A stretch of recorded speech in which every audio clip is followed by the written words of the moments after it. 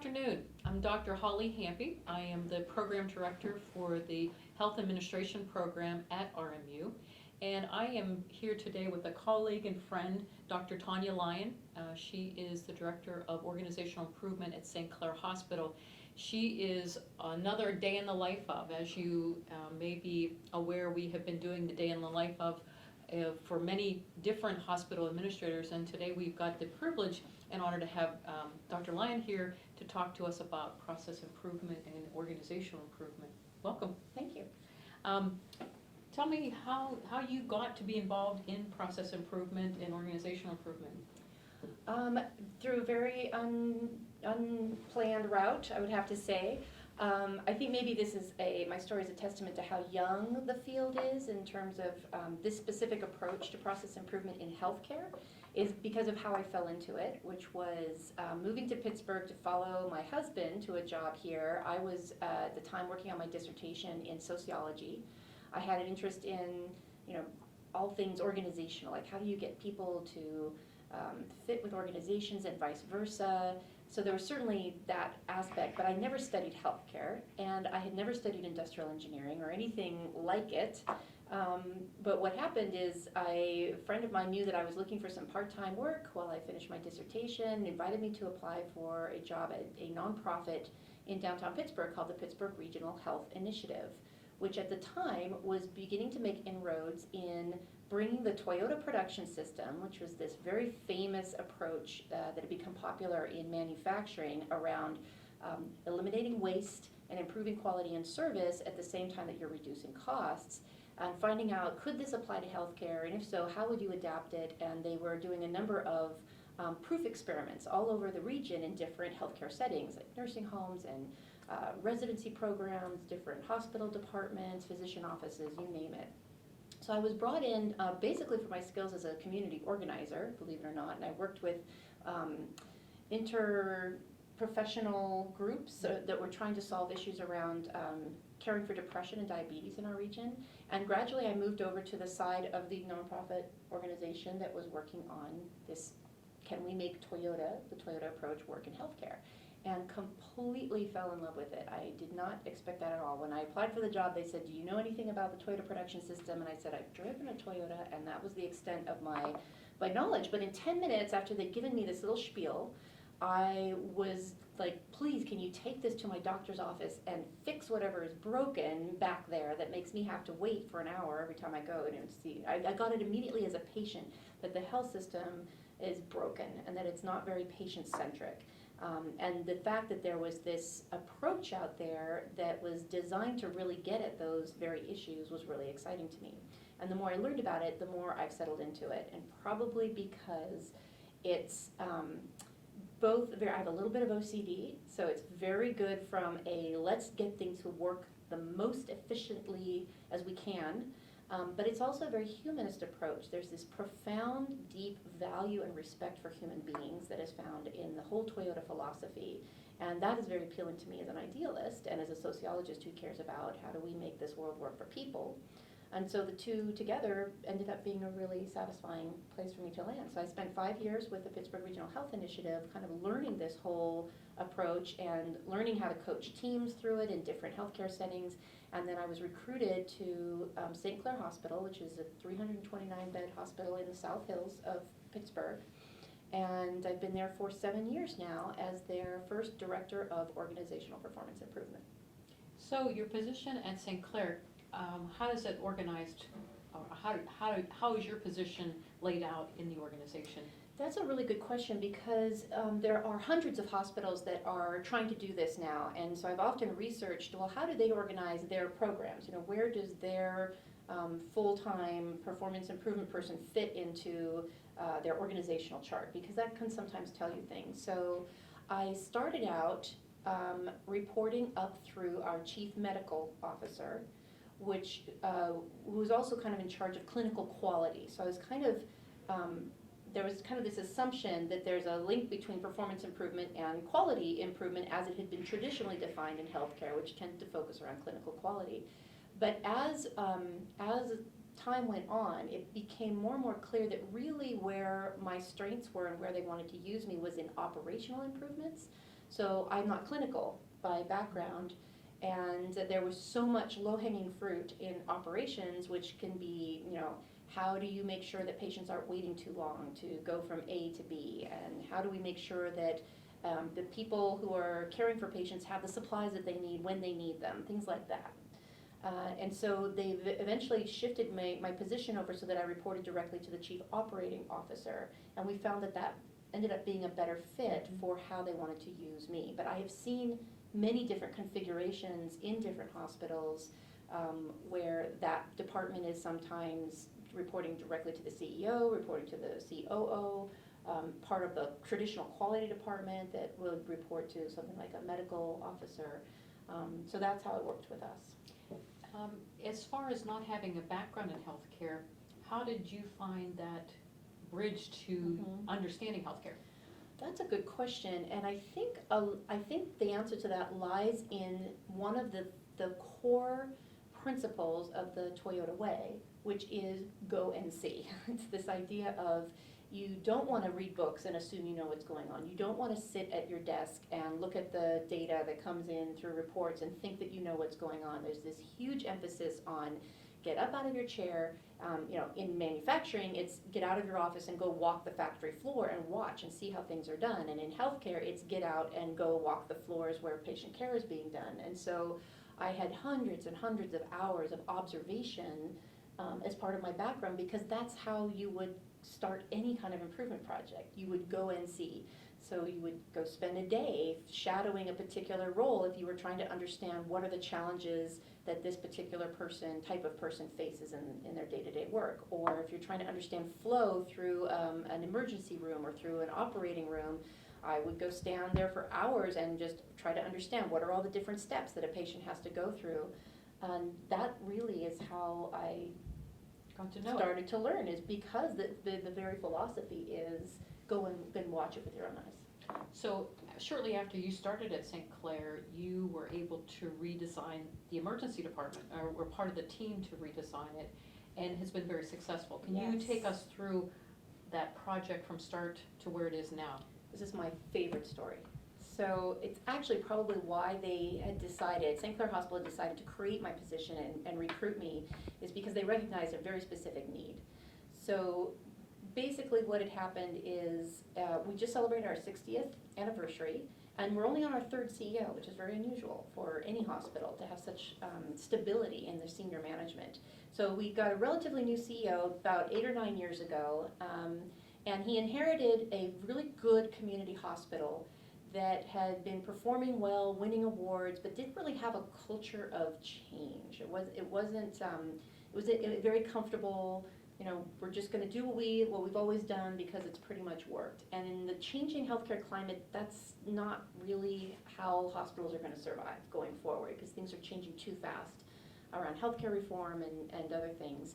And so there was a need to kind of assess and find out, where do we have to change? And the biggest opportunity was our emergency department.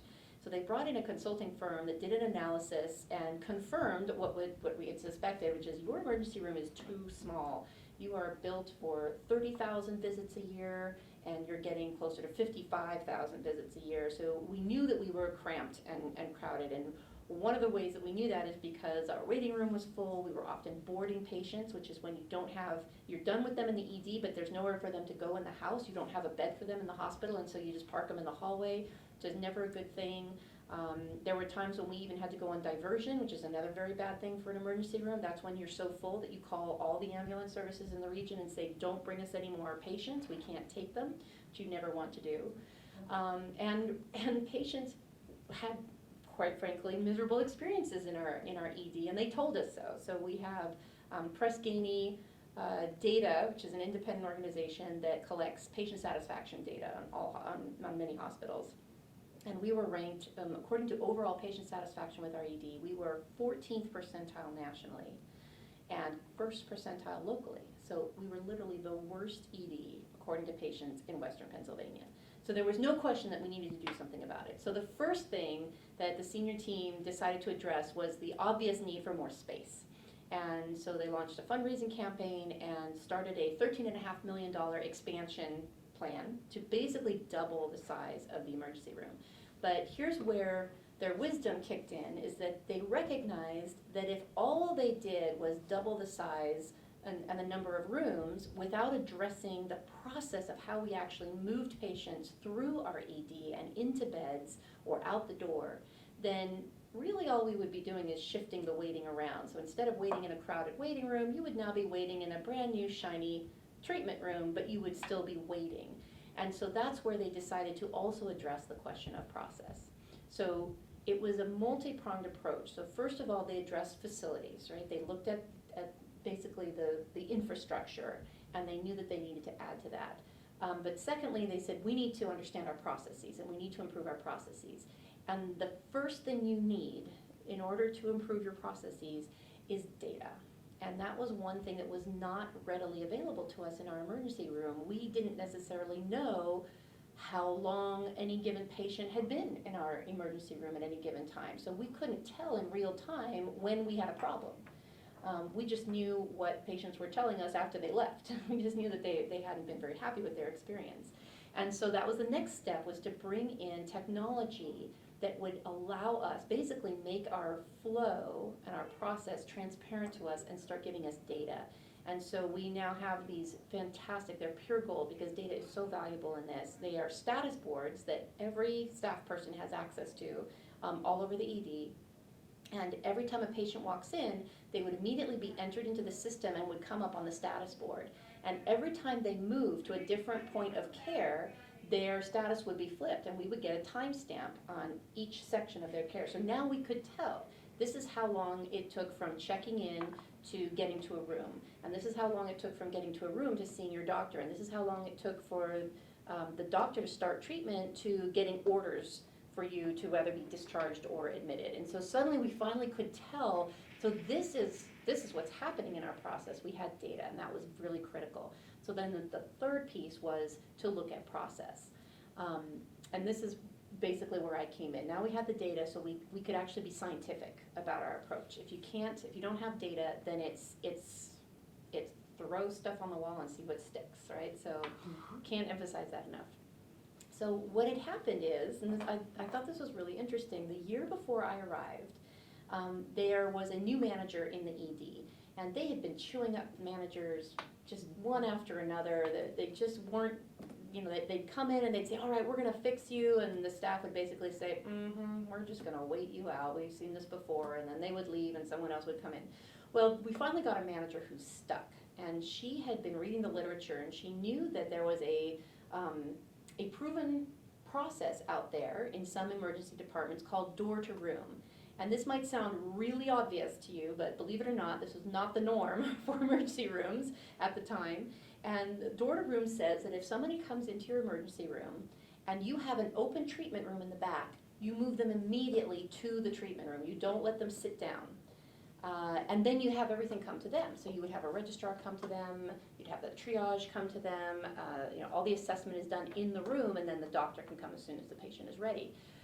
Which seems really logical, but what would normally happen is you would come in, you would check in with the front desk. They would say, okay, fill out this pink form, tell us what your chief complaint is, and so you'd go over and you fill out the form, and then you turn it in. They'd say, thank you, have a seat, and you go back and sit in the waiting room.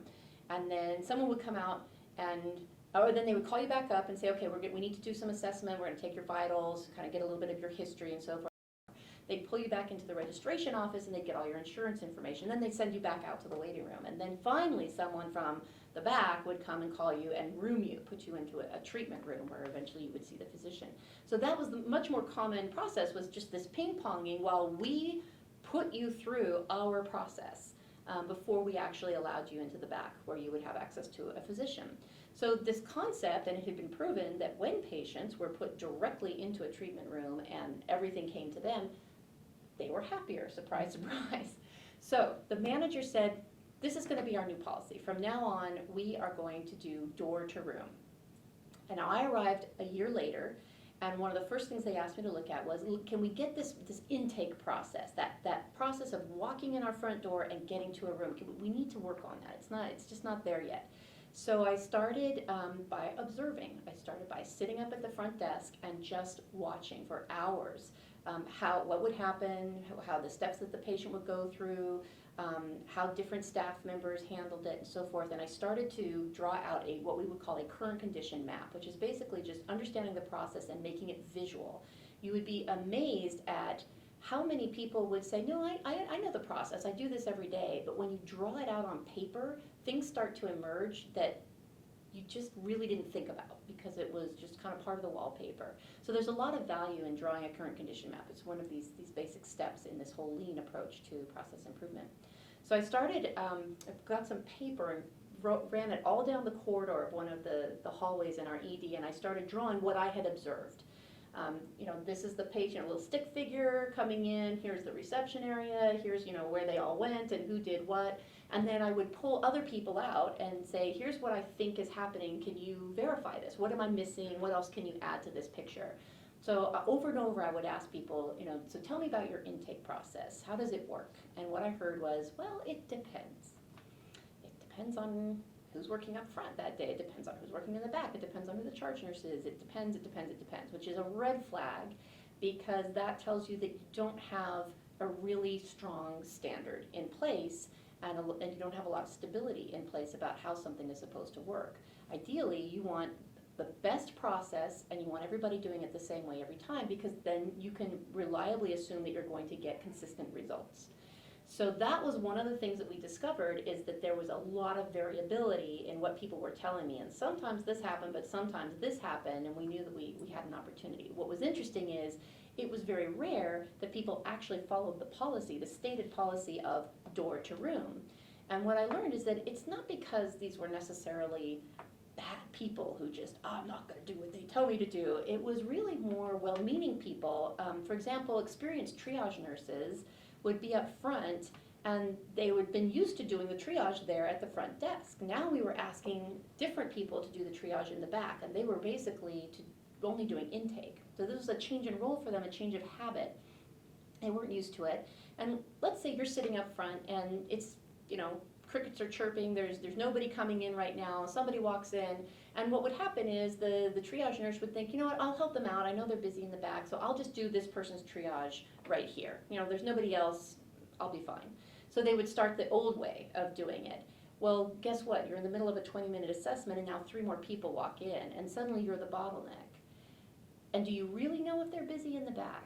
You're just assuming that they're busy in the back. So we started to kind of take apart all these assumptions and habits that people inevitably fall into and ask what's right for the patient and what can work. We know the literature says patients are going to be happier if we get them straight back to a room. So what we did, and this is another big principle of the Toyota approach, is to work with the people who actually do the work day in and day out. You do not want your managers in a conference room sitting around and coming up with decisions on, things aren't going well, we need to change, this is how we're going to change it, and you go out and tell everybody how to do it. You really want to tap on the expertise of people who do this work day in and day out and really understand the nitty-gritty and what they're likely to encounter over time. So we organized what we called a mini Kaizen event. So Kaizen is a word that you may have come across. It means small change for the better, or incremental improvement. We might call it that. And one of the ways to do improvement in organizations that are still young, a very common approach is to do Kaizen events. In manufacturing, they're typically 5 days long. You get a team together around a specific problem, and you kind of train the team in real time. You teach them the principles they need to know to actually achieve some improvement in the process that you've selected. And by the end of 5 days, you've actually made and tested changes, and you can actually roll it out. We found at our little hospital that no way could we free up a team for 5 whole days. And so we've kind of modified, as you'll find many organizations do, we've adapted this approach, and we have mini Kaizens. So we had a mini Kaizen event for 1 day, and we pulled a team together where we made sure that we had frontline ER techs, nurses, we had night shift and day shift represented, we had charge nurses, we had registrars who registered patients, and we had management, all in the room together. And we started with that big current condition map, and we made sure that everybody agreed, yep, this is pretty much how it can happen in our hospital now. And then we said, okay, the policy is door to room. That is not negotiable. We're not here to determine whether it's a good idea or not. We know what the literature has said. So that's one of the roles that management plays, is setting the expectations. setting the bar based on market forces, based on regulatory requirements, based on, in this case, literature for best practice. So given that, we need your help. How can we design an intake system that will consistently move patients straight back to any available room, no matter what time of day, no matter what the situation is? So that team of people who did this work day in and day out came up with a design that, I'm the work process expert, and I would not have thought of what they came up with because they knew all the different tools that they had. And one of them is a radio device, very Star Trek-y. It's kind of a hands-free device that they can use for two-way communication, which is a really helpful tool that allowed them to make connections with the back so that there would be people meeting them when they brought a patient back and so forth, and I hadn't even thought of that. So that's one of the values of having people who know the tools, who know the routines, who know the constraints of any given job. So they came up with a system. We said, okay, great, let's test it. So this is another great way to approach change, especially big change in any kind of organization, is rather than coming out and saying, okay, people, we need to make a change from now on, we need you to do it this way. Rather than that, you frame it as an experiment. You say, okay, we have a hypothesis. We've come up with a design of a system we think is going to make things better. We think it's going to give us a reliable process with reliable outcomes, and we think the patients are going to like it better. But it's a hypothesis. We need to test it. So they selected a 24-hour period when most of the staff that had been in the Kaizen event on the design team would be working that day. And they decided we're going to run our new system for those 24 hours, and then we'll discontinue it, we'll get back together, we'll talk about what we learned, what worked, what didn't work, and we'll tweak it. It's the scientific method, just iterations of plan, do, study, act, PDSA cycles. What happened is they put this new plan into place, and at the end of 24 hours, it was working so well that nobody wanted to go back to the old way. And so we just made that shift, kept on going, and kind of tweaked it as we went.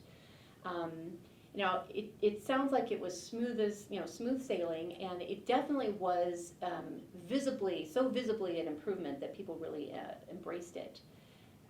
But we did lose people over this. There were some people who really just didn't think it was a good idea to change the way they had always done their work.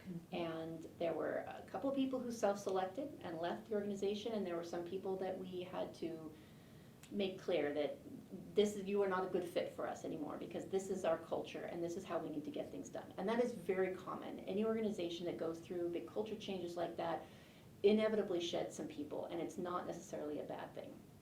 We want people who are a fit for the culture. It's not that they're bad people, it's that it's just not a good fit. So that was part of the growing pains for this. But we tweaked it, improved it, standardized everything, made sure that there was really a lot of support from management around it. We had really good support from our senior management team, so it was really kind of an organizational effort. And just that one change, so I need to clarify for you that we were still operating out of our old ED. We hadn't expanded in size at all because they were still building the new ED. So we were still operating with the same number of rooms that we always had. Nothing had changed. And just by implementing that one little Kaizen event where we stabilized our intake process and standardized it and got it nice and nailed down, our average wait time, which had been kind of jumping up and down, so it was hovering around an hour, but it was also highly variable, like it was kind of a hit and miss, roll the dice on how long you're going to wait if you come to St. Clair. We immediately dropped it to about 10-15 minutes and held it nice and stable. Then we completed the construction, opened everything up, doubled the number of rooms we had, and we got it down a little bit further, down to 3 or 4 minutes, which is what it is now. But the dramatic change in just changing our process was so tangible that really was kind of our miracle story for St. Clair Hospital, showing everybody, wow, maybe you don't need $13.5 million of renovations to your space. Just changing how you use the tools that you have available to you now can make a huge difference. It can stabilize you, it can reduce waste, it can reduce wait time. So that was a really phenomenal success story. Now, how big's the waiting room? It almost sounds like you don't need a waiting room. I don't think we changed the size of our waiting room. That's a very good point. We doubled the number of treatment rooms, but we didn't change the size of our waiting room. And actually, we joke now that we don't even call it a waiting room because it's very rarely used as such. We like to call it the family lounge. So that's one of our success. And the patients let us know too, because within 18 months of implementing that change, we had gone from the 14th percentile nationally to the 95th percentile nationally. And in another quarter, we were the 99th percentile, which we didn't even dream was possible. And we've held that for 5 or 6 years, basically. It's very So the consistency and sustainability is actually a really good testament to the power of this kind of approach where you engage staff and make sure they're involved in designing their own work so that it will work. Definitely getting the people that are doing it involved in the Yes. making of the process. One of the videos that the students in the graduate course they're looking at the two-bin system, which is another project that you've been very involved in, and that goes away from actual hands-on care to the operation side of things. Yeah. And, Yeah, can you explain the that? background. What had happened is we have a really good materials management department. They're the ones who are in charge of making sure that the clean supply closets and rooms on every nursing floor have the materials that they need to give patient care. And they worked really hard. We were using a traditional PAR system just like every other hospital I've ever seen. And the problem, though, the reason why we decided we need to look at this again is because over and over again, nurses in their monthly leadership meeting kept bringing up, we're still having stockouts. We're still having too much of some things and not enough of others. And it was enough so that the managers were bringing it up month after month after month. And so materials management, to their credit, said, we need to look at this. We're doing our best, but apparently this isn't enough.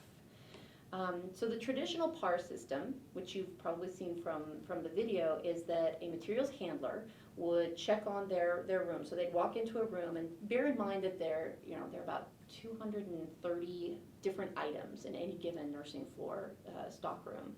And so to do their job exactly right, they would have to count how many of each of those 230 items there are in the room to determine which ones are falling short of par, how much are they short of par, this is how many they need of this item, and they would bring exactly that number to bring the level back up to par. Completely unrealistic given their workload. And so what you would have is somebody would come in, kind of scan, look for anything that looked like it was low. And then they would kind of make an educated guess on, well, that looks like they need about 3 more boxes of that. And that was how it was done. So if you were a very experienced handler and you were very familiar with your areas and have been doing this for years, that is actually a pretty effective way. You can normally stay on top of that for the most part, as long as things don't change on you, like patient population changes and now we're using different amounts of these things, which of course happens in healthcare. So there were definitely some problems with the PAR system. Now, I had been exposed to this two-bin system, which was very popular in manufacturing. And I hadn't really seen it used in a healthcare setting until a New York Times article came out featuring Seattle Children's Hospital using a two-bin system and saving millions of dollars, and it caught my attention, and I just so happened to be going to a conference in Seattle that year, and so I talked my way into a tour of their two-bin system while I was there, and they let me videotape it. They were very generous, which we really appreciate. A lot of what we do in healthcare is borrowing and stealing shamelessly from what works in other places. And so that's actually, the fact that Seattle was so open in sharing what they had accomplished is one of the reasons why we made the YouTube video that you were able to see, and that has now, it's gone totally viral. It's like over 30,000 hits, which is pretty big for a small niche in healthcare. So clearly there's an interest and a demand for this. So now the benefit of this is you don't have to count. It's exactly precise. Every time you'll always get the amount that you need. It's been calculated so that you would never run out of anything. I think there's a 99.97% probability that you will not stock out of any item based on your historical usage. It's, there's algorithms behind this, and the handlers love it because it's so much faster for them. No more counting, no more guesswork.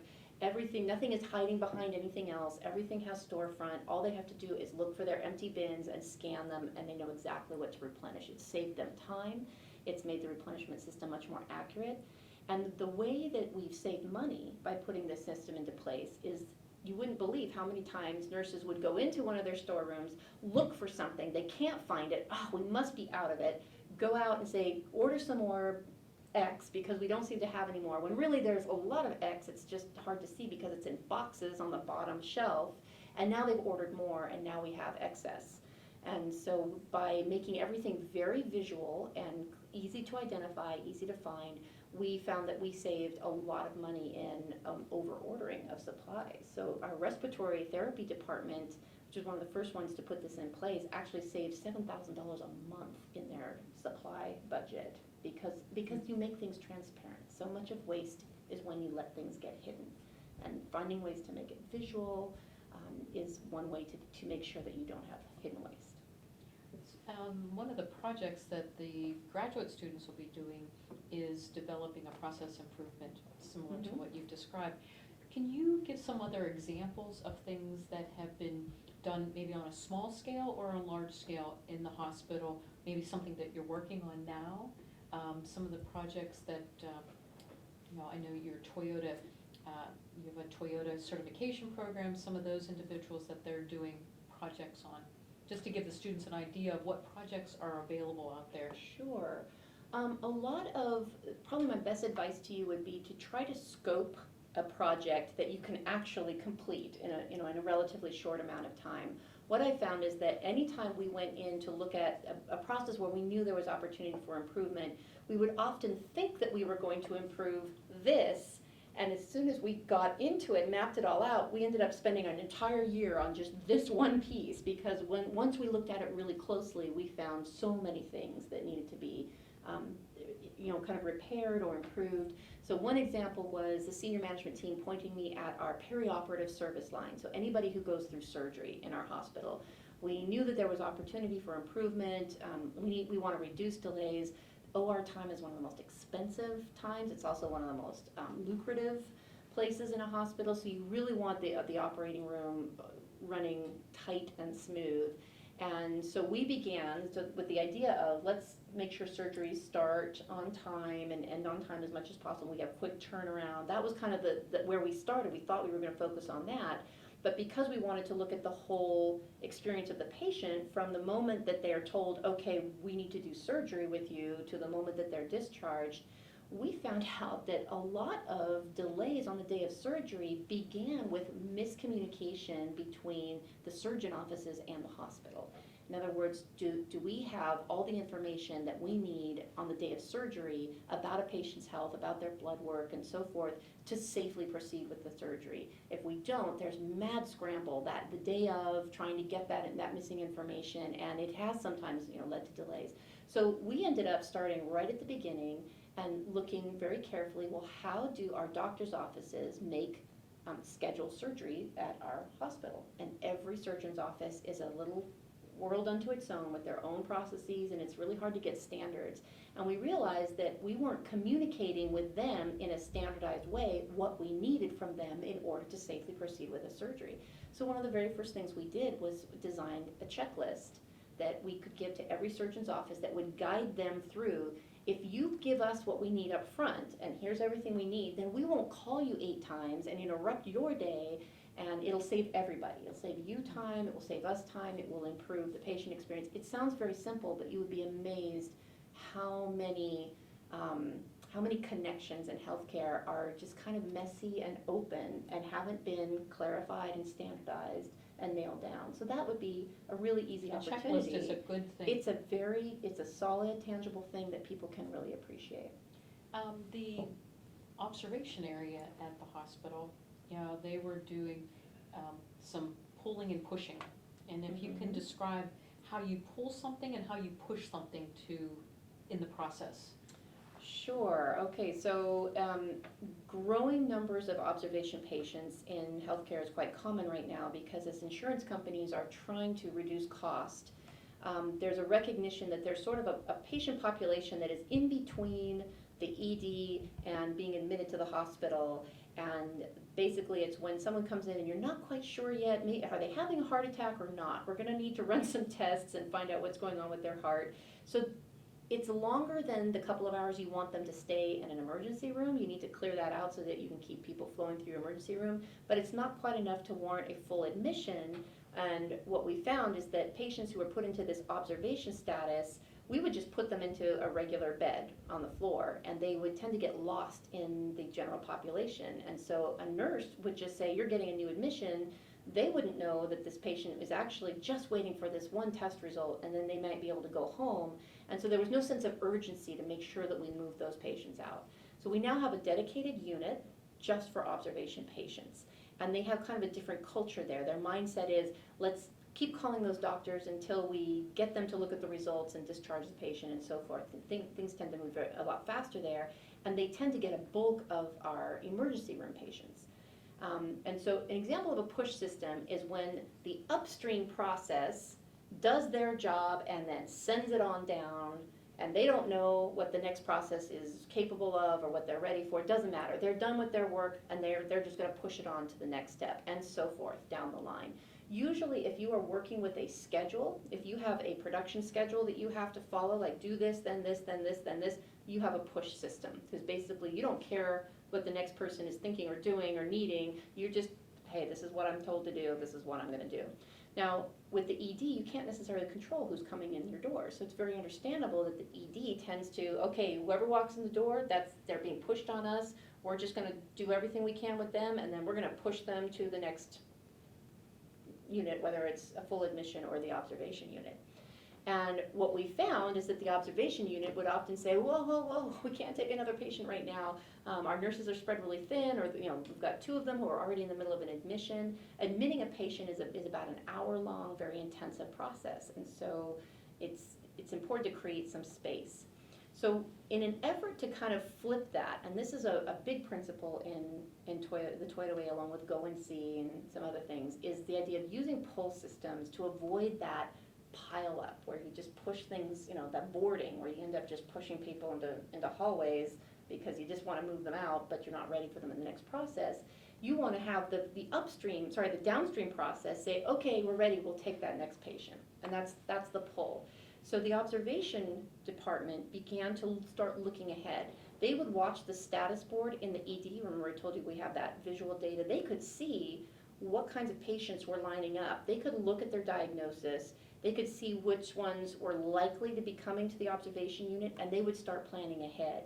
And they would call the ED and say, okay, that patient will be ready for them in room X, and this patient, send them to room Y. And they started to kind of space them out in a way that they could actually pull those patients in a timely manner without overwhelming the observation unit. So it's kind of flipped the communication. It's really a communication device. A pull system is about communicating, but instead of pushing without communication, the downstream says, I'm ready for you, and they pull from the upstream. So it's a great concept in manufacturing, and there are definite applications for it in healthcare. I always think about it as a nurse on the floor and asking the patient about their needs before they have to call you about their needs. Rounding on patients, for example, yes, preventing that. And it's almost, you're doing it on your time, but the patient is benefiting because you're doing it on your time, and it's a win-win situation. Mm-hmm. So you talked about the Toyota toolkit. We've talked about checklists. We've talked about rounding and going to the location and getting frontline staff involved. What are some of the other things in your toolkit for Toyota? Probably the 2 biggest things that I teach, especially our new employees when they come in, are standard work and visual management, because those are 2 immediately, it's immediately apparent to anybody that this is valuable. So standard work is basically, for example, if I ask new hires at our hospital, have any of you been shown how to do the same thing different ways by different people? And 90% raise their hands every time. So it's very common that everybody kind of develops their own way of doing certain things. And so if you're taught by 3 different people 3 different ways to do that one thing, it communicates to you, well, I guess it doesn't matter how I do it. And then you just pick which one you like best, or you make up your own, because obviously it doesn't matter. And that means that we haven't figured out what the one best way is. And it means that there's probably waste and error hidden in all that variation. So there's enormous opportunity to go after variation in how we do things, and can we do some testing and see what is the one best way? Is there a best way that is the most efficient, uses the fewest resources, and can we get everybody to align around that standard work? So the checklist is a tool of standard work. Mm-hmm. The other thing that I like to teach first is visual management, which is so much of what we do depends on tacit knowledge buried in people's brains that is only learned through experience. So think about any time you've been on a new job anywhere, there are just these certain things that everybody seems to know, but you don't know, and you sometimes don't even know that you have to ask to find out about those things. So a lot of what we do is teach people, we've got to get the tacit knowledge out of your brains and into the environment so that the environment talks to you. Because that reduces error, and it increases increases standard work within a workplace. Everybody kind of does things the similar way, and it definitely shortens your learning curve when you have new people coming in. So in a hospital, this is really an issue because you often have float nurses or float aides who work on many different units. They go where they're most needed. And so when units have very different cultures and very different ways of doing things, that's a very big challenge for float nurses to figure out what it is that they're supposed to do. Oh, I'm supposed to do it this way on this unit, but that way on that unit. So there's a big opportunity with visual management. So for example, 5S projects is another great place to start. Mm-hmm. And 5S is sort, set in order, shine, standardize, sustain, and it's basically just 5 steps for organizing a workplace to make it talk to you, to make it speak to you. So an example that I teach is from the VA here in Pittsburgh. They took a clean utility room. It was a jungle of equipment. It was so hard to find the things they needed. They would kind of have to climb through everything and double check, and often they weren't plugged in because they couldn't get close enough to a wall to plug them in, so they weren't charged and ready for you to use. So they went through this 5S process. So sort, they got rid of all the stuff that they didn't need, and they gave away a lot of equipment. They found mattress pads for a size mattress they hadn't seen in the hospital in 7 years. These things, they pile up. And by the way, this works really well for your own garages and linen closets at home as well. So they got rid of everything they didn't need, and they gave everything that was left its own place, which is great. But if you don't mark those places, if you don't standardize and make those places visual, pretty soon it's just going to turn back into the jungle. So the next step they did is they made actual marked off parking spaces for each piece of equipment with a photo of the equipment on the wall, instructions, always plug this in. They made sure that the plugs were at easy waist length instead of having to bend down, just make everything easier for everybody. And now, if I'm a nurse and I need a bladder scanner, for example, I can open the door to that room, and on the wall are bladder scanner A, bladder scanner B, and 2 empty spaces. In that second, I know, oh, they must both be in use. I don't need to spend another second of my time looking for them in this room. It seems small, but it's these little things that start giving seconds and then minutes back to our staff in the hospital, and that's what we're so desperate for, is time. And likewise, let's say I'm a float nurse. I've never worked on this place before, and I've just cleaned off my bladder scanner and I'm putting it back. Oh, it goes right here. This is what you want to maintain stability in your systems. It's standard work, it's visual management so people can see what the standard is, and it's easier to notice when someone has violated the standard so you can get back on track. Those are 2 really key principles that I think anybody can get immediately and start working with without being, big experts. And I've seen parking lots in the hallways where you've had Mm-hmm. for carts or for IV poles. Mm-hmm. Yeah. with the ED example and some of the examples that you've talked about, you've mentioned culture many times, Mm-hmm. and culture fitting and having the right culture. Can you give us a little bit of your thoughts on organizational culture? Yeah, this is one of those sticky, vague sorts of things that everybody talks about, and I think we're hearing this more and more now. In the very early stages of bringing the Toyota production system into healthcare, there was a lot of talk about tools. What are the tools? What is a pull system? What is this, go and see thing? What is Kaizen? And it was very tool oriented. But now all the conferences that I go to, the kinds of books that are being written now about lean healthcare, they've really drifted towards you need more than just tools, and a lot of it is around management culture. we could spend a lot of time trying to define what culture is, but the best approach that I've come across is one that is behaviorally based, which is basically you behave your way into a new way of thinking. So you give people a concrete set of behaviors that is different from how they've managed in the past, and that starts to bring about a different culture. So a big one would be that's kind of becoming more and more common in healthcare is this idea of the daily huddle, where instead of managers kind of living in their office and having maybe monthly staff meetings where they get everybody together, and usually it's I'm now going to impart information to you, right? You have a staff meeting, okay, these are the new regulatory things you need to know, this is coming up, that's coming up, oh, and we're not doing very well with falls, we've had a number of falls on our unit, so we really need to work on our falls, people. It's often that's the kind of management style that's been very traditional. More and more we're seeing a shift towards more of a daily infusion of management presence rather than this periodic infusion. And so a daily huddle is a 5-minute stand-up at the beginning of every shift with manager plus frontline staff, and it's just sort of a check-in. Okay, what do we need to be aware of today? What are the things we're working on today? Okay, remember everybody falls, so make sure that all of your patients have their fall risk assessment done and that fall mats are in place. Whatever it is you're focusing on, there's kind of that little infusion of energy. And the manager is also listening. Maybe this is the key point, is that they're not only reminding staff of what we're working on, but they're also asking, what problems are you seeing? What's preventing you from doing your job? And then the next step is about an hour later, so this might happen first thing in the morning, about an hour later, all of those frontline supervisors who have just had huddles with their frontline staff now meet with their managers and pass along anything that is important. We had an incident last night where blah, blah, blah happened.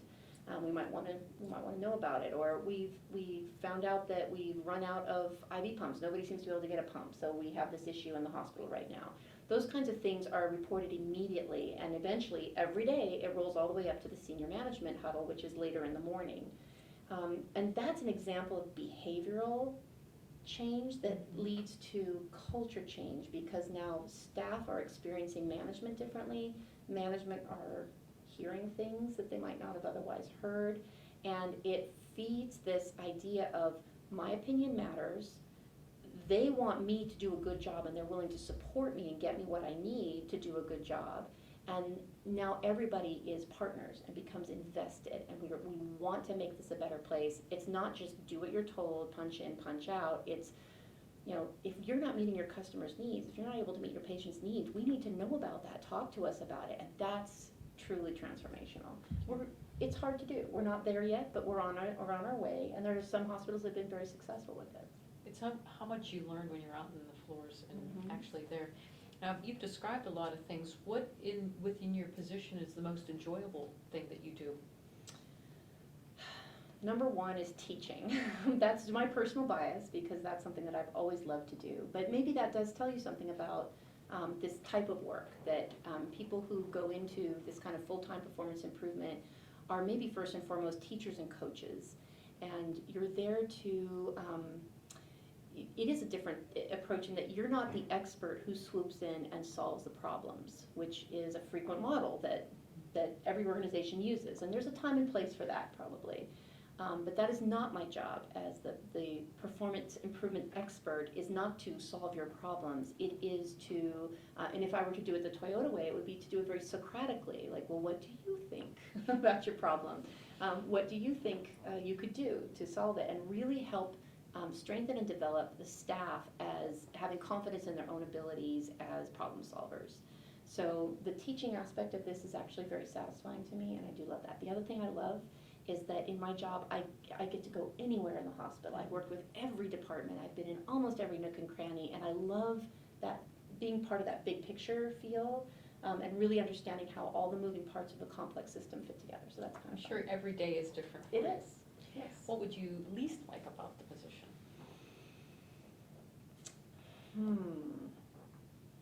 Well, with the fact that this job is really about working with people and changing the way people think and changing the way people behave, that takes an enormous amount of patience because people don't change on a dime. And so I will be honest that there are days when I just want to beat my head against the wall, and there are times when you find people who just don't want to change. Right. And so that's, maybe I should be trained as a psych nurse or something. Maybe that's a good background to have for a As you position said, like in this. AED, there are some people that Right. chose to leave and some Right. people that had to be led So to it does leave. require sometimes some hard decisions, some crucial conversations with people.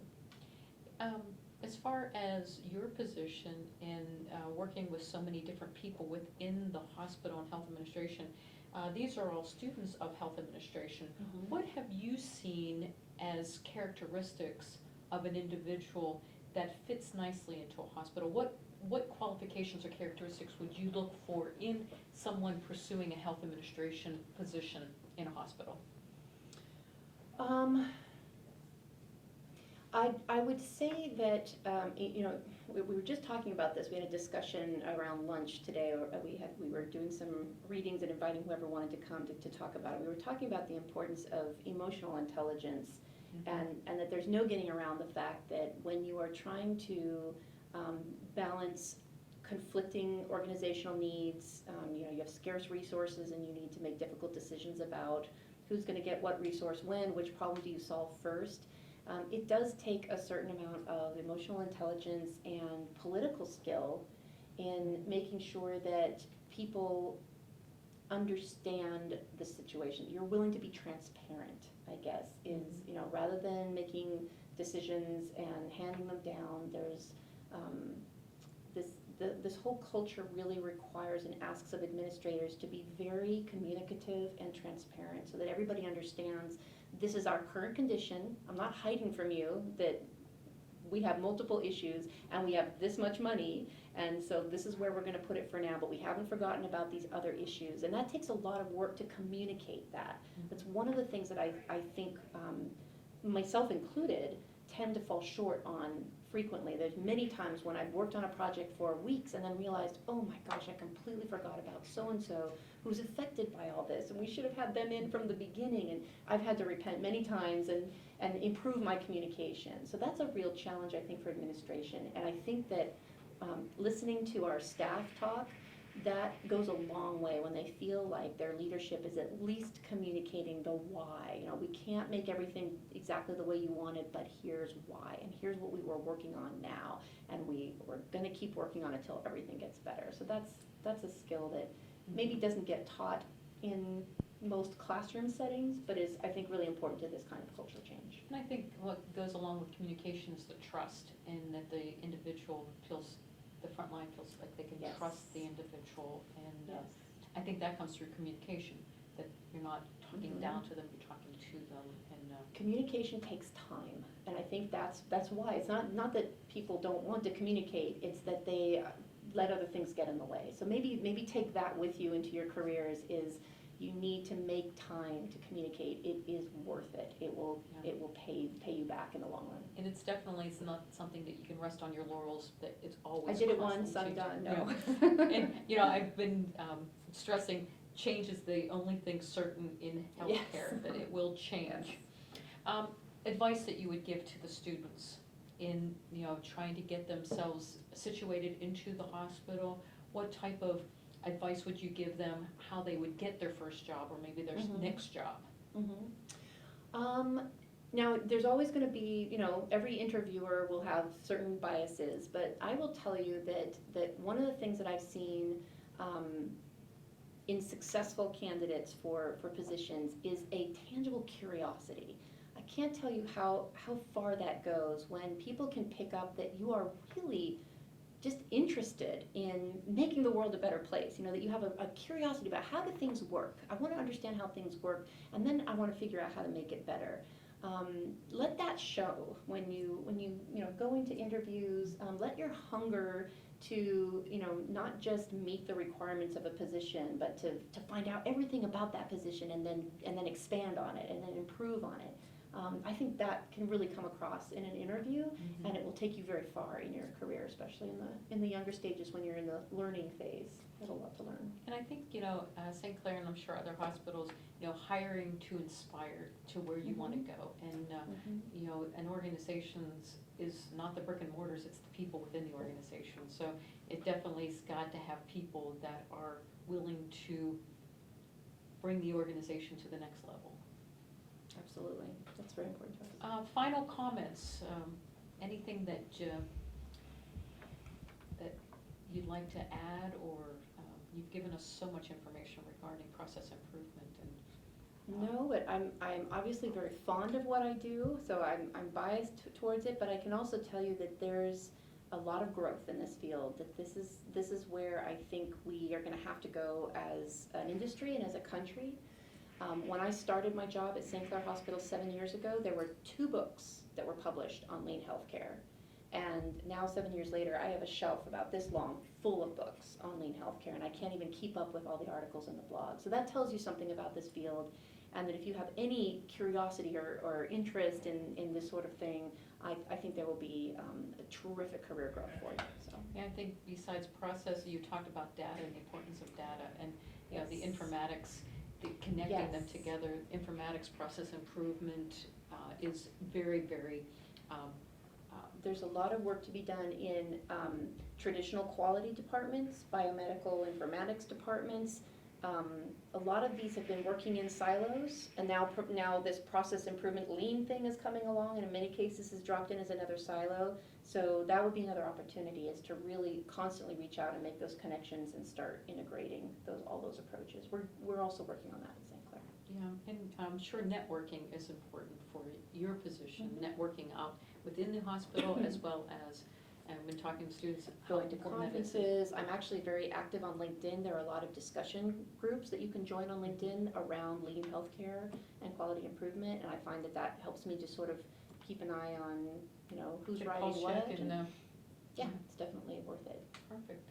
Well, that concludes the day in the life of Dr. Tania Lyon, and we really appreciate you coming to the campus and hearing about what all that you're doing exciting at St. Clair.